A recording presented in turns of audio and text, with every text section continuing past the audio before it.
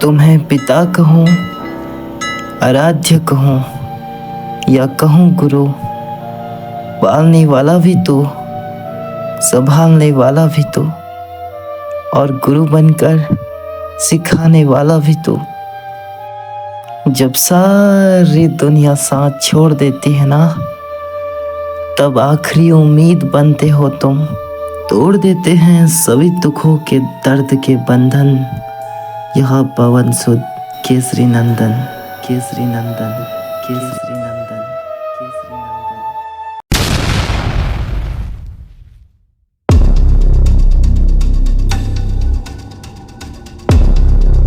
एक ऐसा आश्रम जिसके दर्शन मात्र से हमें सौभाग्य प्राप्त होता हो, एक ऐसी ऊर्जा जो हमारे जीवन बदलने की शक्ति रखती हो। आत्मा, ज्ञान, शांति आध्यात्मिक सागर में डुबो देती हो।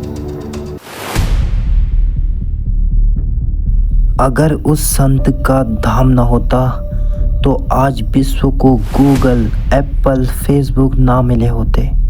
आखिर विश्व के इतने बड़े आइडिया देने वाले धाम का रहस्य क्या है? आखिर दुनिया भर में मशहूर इस धाम की दिव्यता और सिद्ध संत की पहेली क्या है? जानेंगे सब कुछ।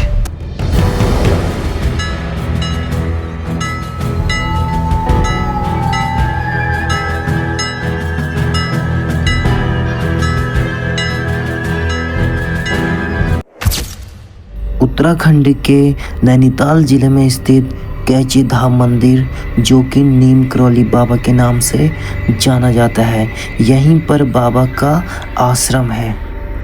नीम करौली बाबा एक हिंदू संत और सत्यवादी थे जो 1900 से 1973 तक भारत में रहे। उनका जन्म उत्तर प्रदेश के एक छोटे से गांव में हुआ था। कहा जाता है कि 17 साल की आयु में ही बाबा को ज्ञान प्राप्ति हो गई थी। बाबा के जीवन काल और उनकी मृत्यु के बाद भी भक्तों ने अलौकिक और द्रव्य चमत्कारों का अनुभव किया है।